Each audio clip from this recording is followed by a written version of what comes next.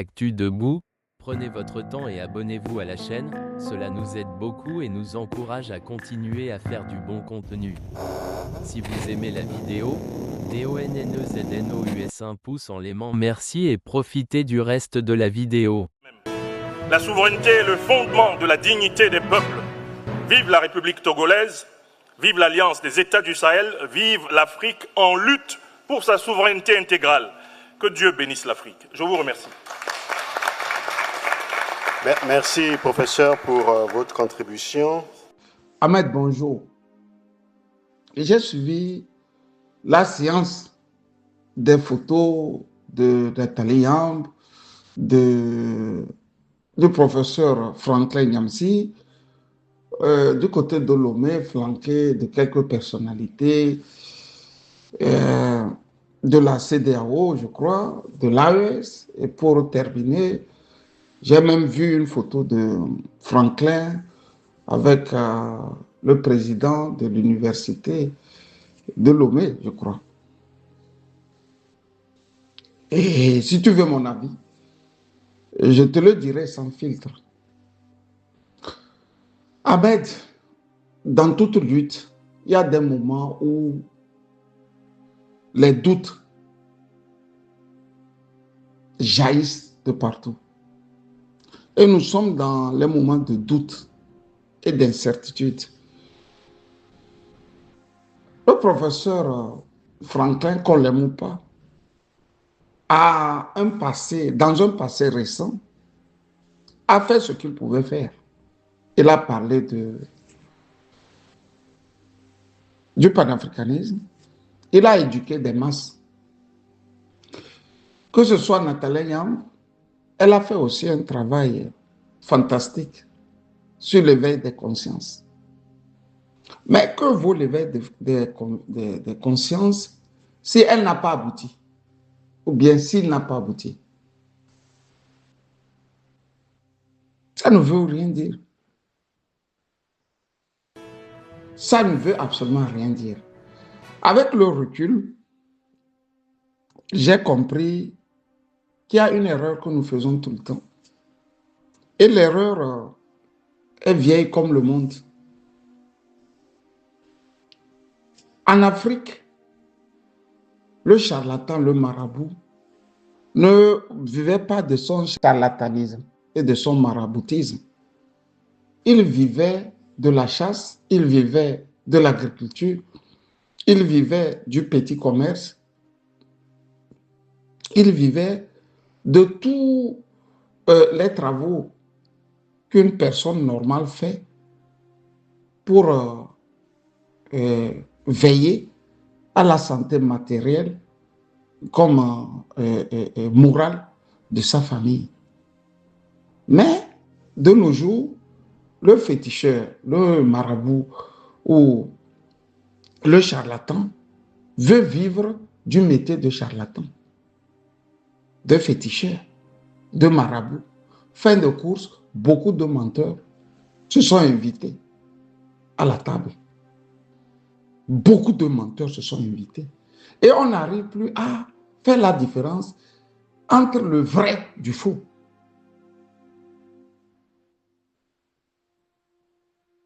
C'est ce qui amène le professeur Nathalie Yamb, Kémy Séba, à devenir pour des Africains des gens mystérieux. Parce qu'un mystère s'est entouré.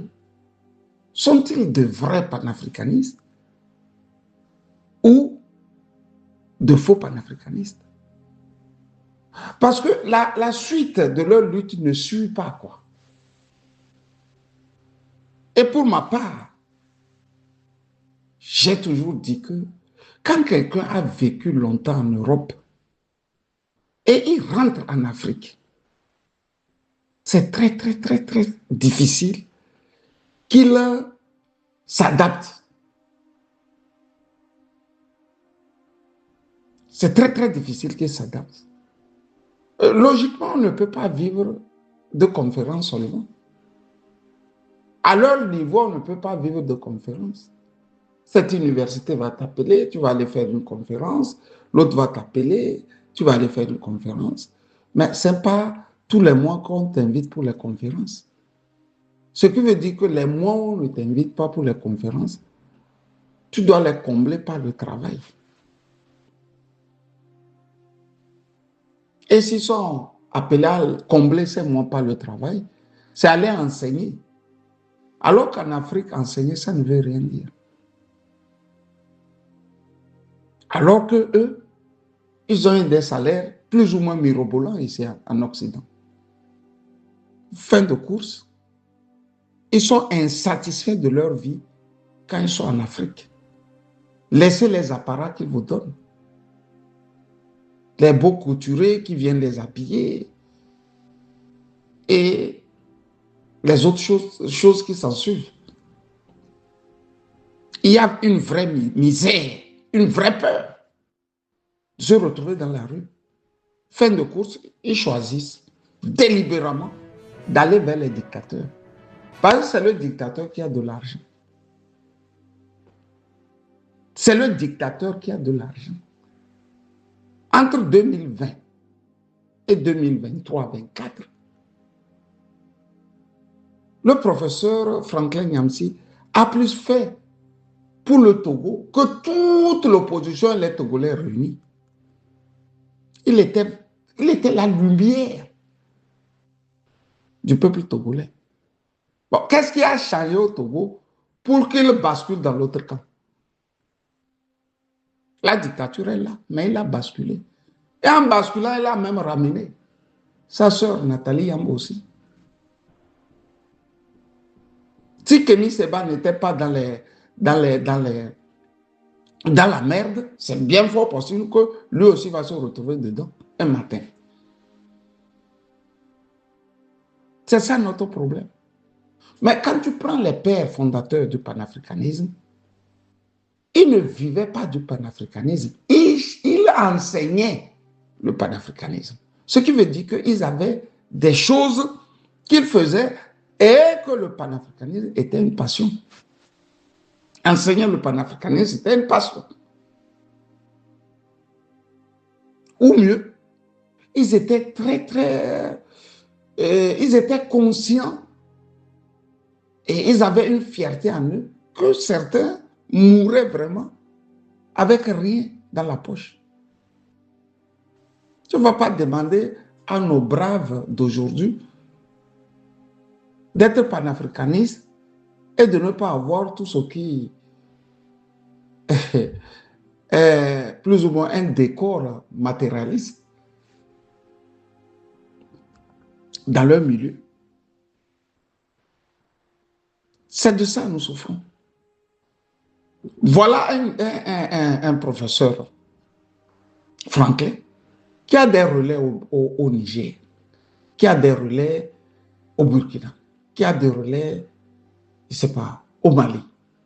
Mais si lui, là, il demande au gouvernement malien, nigérien et burkinabé 3 hectares pour cultiver les terres, ils vont le lui donner.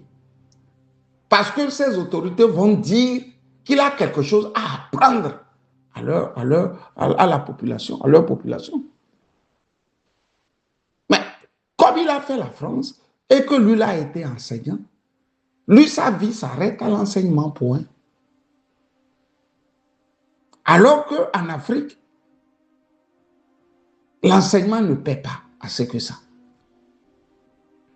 Qu'est-ce qu'il va faire? Il va traîner à parler le bon français, sortir les gros mots et revendre ça. Mais combien de temps tu peux revendre ça? Tu ne peux pas revendre ça éternellement. Ils auraient pu aider les Africains aussi dans l'agriculture, dans le commerce, dans beaucoup de choses, dans la mécanique. C'est des philosophes, ils sont là pour transformer les esprits. Mais l'esprit ne mange pas, ne vit pas de l'eau seulement. Il vit de beaucoup de choses. Donc, il faut aller chercher ces choses-là par le travail. Leur problème, que c'est des paresseux. C'est tout leur problème. Ils sont intelligents, hein? Ils éduquent bien, mais ils sont paresseux. Un homme paresseux est fragile. Un homme paresseux est toujours fragile. C'est le problème des gens là. Des Nathalie Yamb, des Kémy Séba, du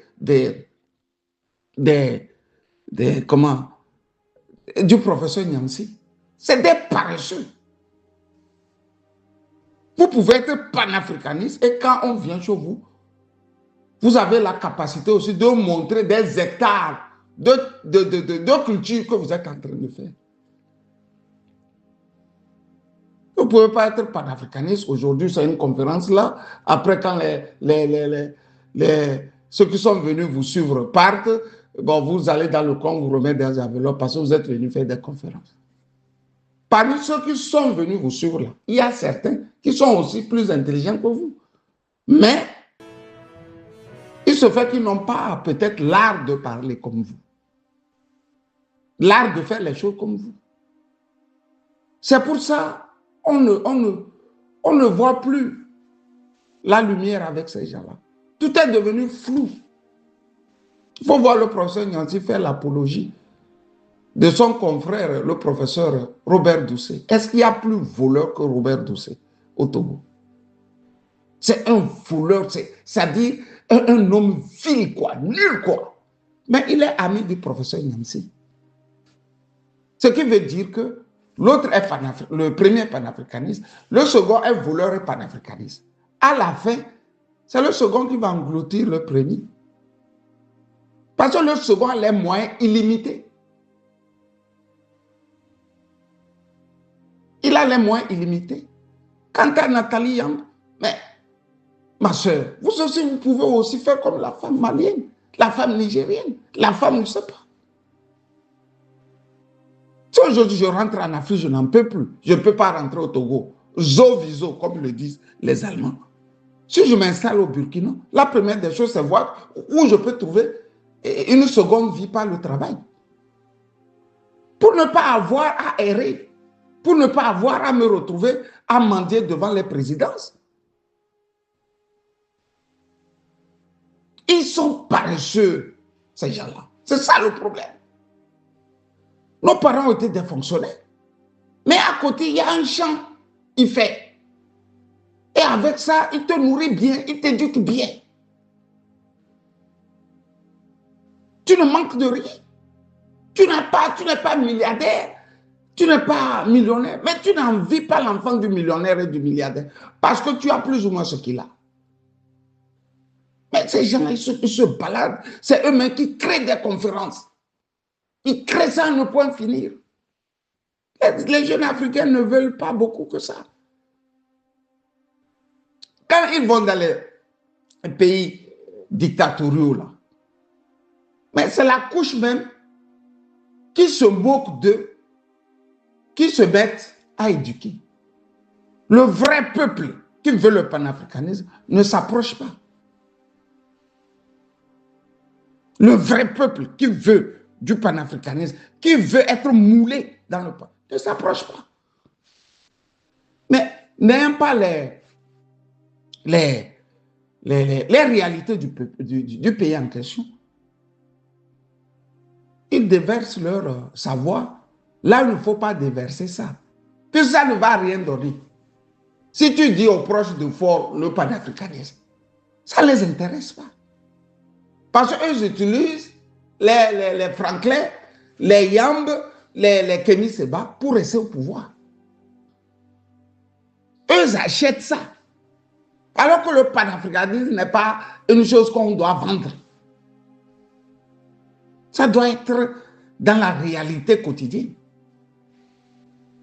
Tu vois, toute la semaine, Ahmed, j'étais du côté de la France, j'étais au nord de la France, je me suis baladé, me retrouvais même juste dans les Yvelines là-bas. Mais je recevais des choses comme ça, chaque 1 heure, 2 heures de temps dans mon téléphone, on te montre le professeur flanqué de je ne sais quoi, et puis bon, il parle de parenté, il parle de quoi, il va aller chercher les mots bizarres là, pour plaire son auditoire, et tout ça là. Écoutez, Écoutez, Ahmed, ça ne sert à rien. Ils m'ont déçu, hein. Le professeur m'a déçu. Mais bon, c'est pas mon seul. Je connais beaucoup de Togolais, beaucoup d'Africains d'ailleurs, qui sont découragés. Mais bon, qu'est-ce que tu vas faire? Il a décidé ainsi. Quand l'argent devient la boussole de quelqu'un, il ne sait rien faire. Il ne sait rien faire. Son problème, parce que bon, il ne veut pas mourir comme les autres pauvres. Hein? Tu vois Modibo Keïta, il est en train d'expérimenter des choses. C'était un panafricaniste, un président, c'était un chercheur, c'était tout. Mais il faisait les recherches du terrain. Il n'était pas là, dit chercheur, dans les papiers. Il va chercher, il va faire des recherches sur le sol du Mali, ainsi de suite, ainsi de suite. Tu vois Franklin faire ça? Tu vois Yambo faire ça? Mais approchez-vous des femmes. Vous pouvez aussi vous faire des millions en travaillant avec nos femmes et vous avez les possibilités d'y réussir encore. Parce que les pouvoirs peuvent aider. Non, ils ne veulent pas ça. Ils veulent seulement vous enseigner, vous, ce qu'il faut faire. Mais quand vous enseignez quelqu'un, il faut être correct. Sinon, à un moment, lui ne vous suit plus. Ah, mais c'est ce que j'ai voulu te dire. Moi, je m'en vais travailler. Le reste, là, on en discutera. Mais vraiment, c'est un gâchis, quoi, Aka. C'est plus ou moins un gâchis. Bonne journée à tous.